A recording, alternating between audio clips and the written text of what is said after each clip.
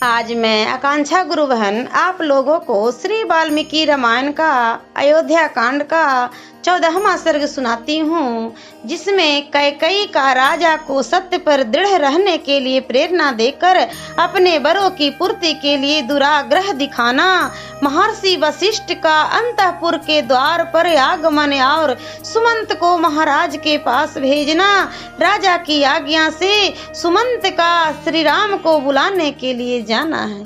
इक्ष्वाकु नंदन राजा दशरथ पुत्र शोक से पीड़ित हो पृथ्वी पर अचेत पड़े थे और वेदना से छटपटा रहे थे। उन्हें इस अवस्था को देखकर पापिनी कैकेयी इस प्रकार बोली, महाराज, आपने मुझे 2 वर देने की प्रतिज्ञा की थी और जब मैंने उसे मांगा तब आप इस प्रकार सन्न होकर पृथ्वी पर गिर पड़े, मानो कोई पाप करके पछता रहे हों। यह क्या बात है? आपको सत्य पुरुषों की मर्यादा में स्थिर रहना चाहिए। धर्मज्ञ पुरुष सत्य को ही सबसे श्रेष्ठ धर्म बतलाते हैं। इस सत्य का सहारा लेकर मैंने आपको धर्म का पालन करने के लिए ही प्रेरित किया है। पृथ्वीपति राज शैव ने बाज पक्षी को अपना शरीर देने की प्रतिज्ञा करके उसे दे ही दिया और देकर उत्तम गति प्राप्त कर ली। इस प्रकार तेजस्वी राजा अलर्क ने वेदों के पारंगत विद्वान ब्राह्मणों को उनसे याचना करने पर मन में खेद न लाते हुए अपनी दोनों आंख निकाल कर दे दी थी। सत्य को प्राप्त हुआ समुद्र सत्य का ही अनुचरण करने के कारण पर्व आदि के समय भी अपनी छोटी सी सीमा तट भूमि का भी उल्लंघन नहीं करता। सत्य ही प्रणव स्वरूप शब्द ब्रह्म है। सत्य में ही धर्म प्रतिष्ठित है। सत्य ही अविनाशी वेद है और सत्य से ही परम ब्रह्म की प्राप्ति होती है। इसीलिए यदि आपकी बुद्धि धर्म में स्थित है तो सत्य का अनुसरण कीजिए। साधु शिरोमणि, मेरा मांगा हुआ मेरा वर सफल होना चाहिए, क्योंकि आप स्वयं ही उस वर के दाता हैं।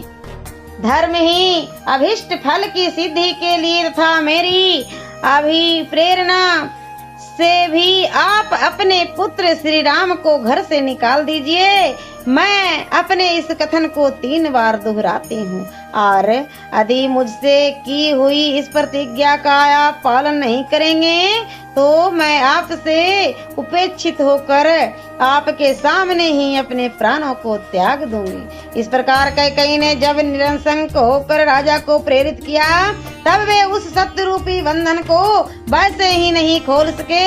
उस बंधन से अपने को किसी तरह नहीं मुक्त कर सके जैसे राजा बलि इंद्र प्रेरित वामन को पास से अपने को मुक्त करने में असमर्थ हो गए थे।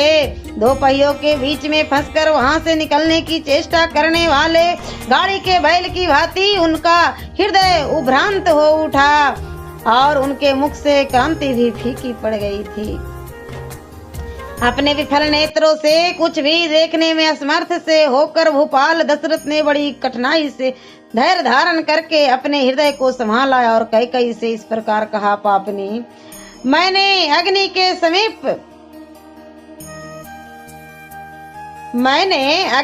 समीप इस वैदिक मंत्र का पाठ करके तेरे जिस हाथ को पकड़ा था आज मैं इसे छोड़ रहा हूँ। साथ ही तेरे और अपने द्वारा उत्पन्न हुए तेरे पुत्र का भी त्याग करता हूँ। देवी, रात बीत गई, सूर्योदय होते ही सब लोग निश्चय ही श्री राम का अभिषेक करने के लिए मुझे शीघ्रता को कहेंगे। उस समय जो सामान श्री राम के अभिषेक के लिए जुटाया गया है उसके द्वारा मेरे मरने के बाद श्री राम के हाथ से मुझे जलांजलि दिलवा देना, परंतु अपने पुत्र सहित तू मेरे लिए जलांजलि न देना। पापचारिणी, यदि तू श्री राम के अभिषेक में विघ्न डालेगी तो तुझे मेरे लिए जलांजलि देने का कोई अधिकार न होगा। मैं पहले श्री राम के राज्याभिषेक के समाचार से जो जन समुदाय हर्षोल्लास से परिपूर्ण उन्मत्त मुख देख चुका हूँ, वैसा देखने के पश्चात आज पुनः उसी जनता के हर्ष और आनंद से शून्य नीचे लटके हुए मुखों को मैं नहीं देख सकता। महात्मा राजा दशरथ ने कैकेयी से इस तरह की बातें करते करते चंद्रमा और नक्षत्रमाला से अलंकृत वह पुण्यमयी रजनी बीत गई और प्रभात काल आ गया। तदंतर बातचीत के मर्म को समझने वाली पापचारिणी कैकेयी रोष से मूर्छित सी हो राजा से पुनः कठोर वाणी में बोली, राजन, आप विष और शूल आदि रोगों के समान कष्ट देने वाले ऐसे वचन को क्यों बोल रहे हैं? इस बातों से कुछ होने जाने वाला नहीं है। आप बिना किसी क्लेश के अपने पुत्र श्री राम को यहाँ बुलवाइए, मेरे पुत्र पर राज्य पर प्रतिष्ठित कीजिए और श्री राम को वन में भेजकर मुझे निष्कंठ बनाइए। तभी आप कृत हो सकेंगे। तीखे कोड़ों की मार से पीड़ित हुए उत्तम अश्व की भांति कैकेयी द्वारा बारंबार प्रेरित होकर व्यथित हो राजा दशरथ ने इस प्रकार कहा, मैं धर्म के बंधन में बंधा हुआ हूँ, मेरी चेतना लुप्त होती जा रही है, इसलिए इस समय मैं अपने धर्मपरायण परम प्रिय ज्येष्ठ पुत्र श्री राम को देखना चाहता हूँ। उधर जब रात बीती, प्रभात हुआ, सूर्य देव का उदय हो गया और पुण्यन नक्षत्र के योग में अभिषेक का मुहूर्त आ पहुंचा। उस समय शिष्यों से घिरे हुए शुभ गुण संपन्न महर्षि वशिष्ठ अभिषेक की आवश्यक सामग्रियों को संग्रह करके शीघ्रता पूर्वक उस श्रेष्ठ पुरी में आए। उस पुण्य वेला में अयोध्या की सड़कें झाड़ बुहार कर साफ की गई और उन पर जल का छिड़काव हुआ था। सारी पूरी उत्तम पताकाओं से सुशोभित की गई थी। वहाँ के सभी मनुष्य हर्ष और उत्साह से भरे हुए थे।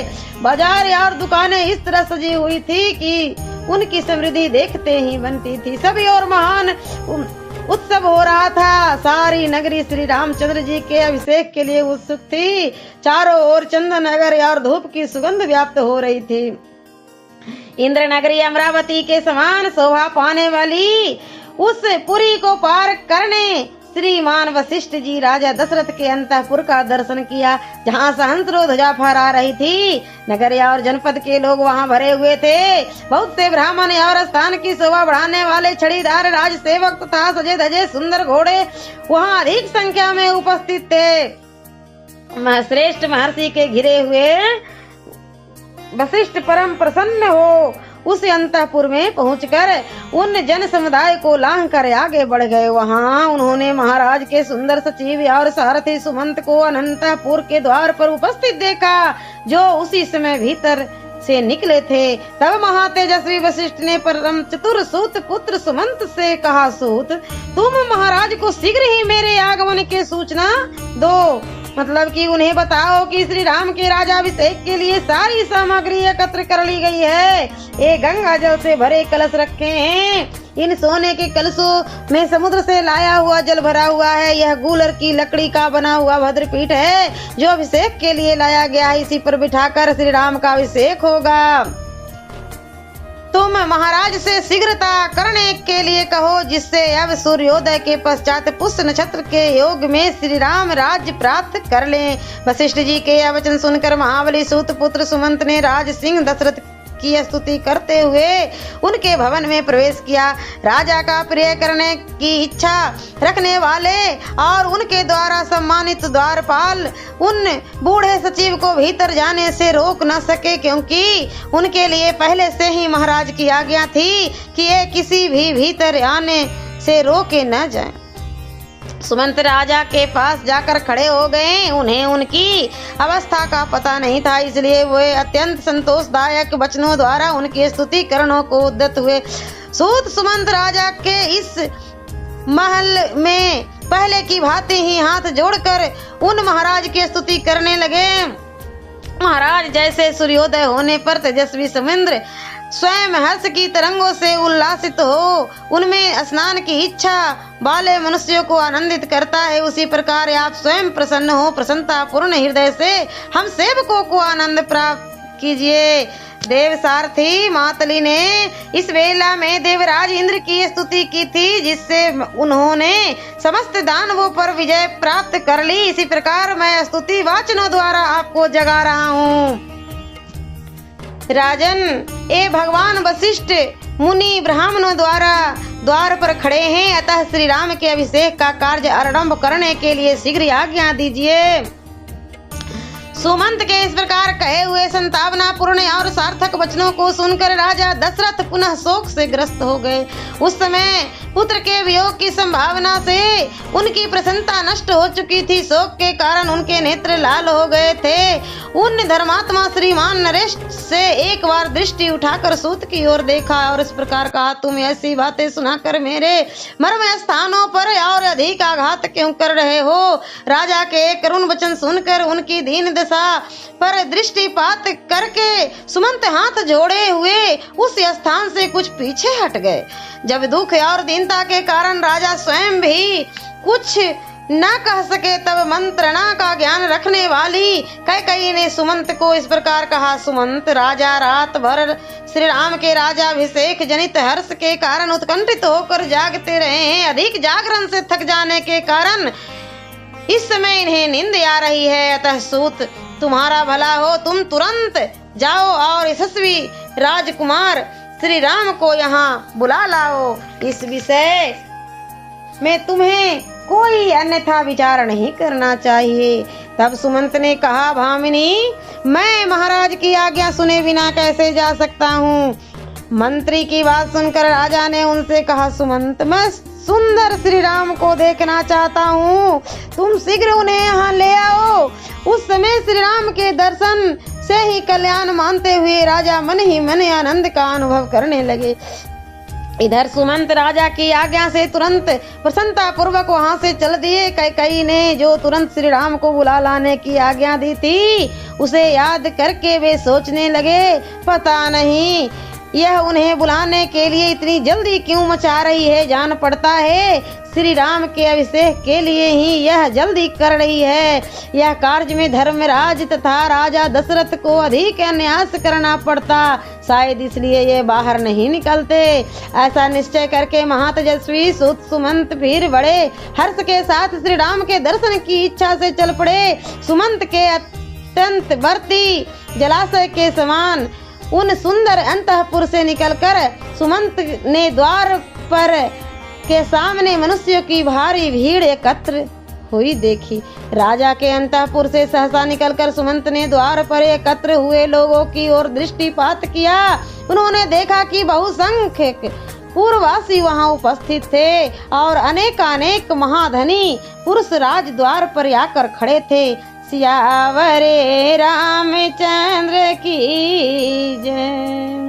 और मैं अयोध्या कांड का 15वां सर्ग अगले वीडियो में सुनाती हूँ।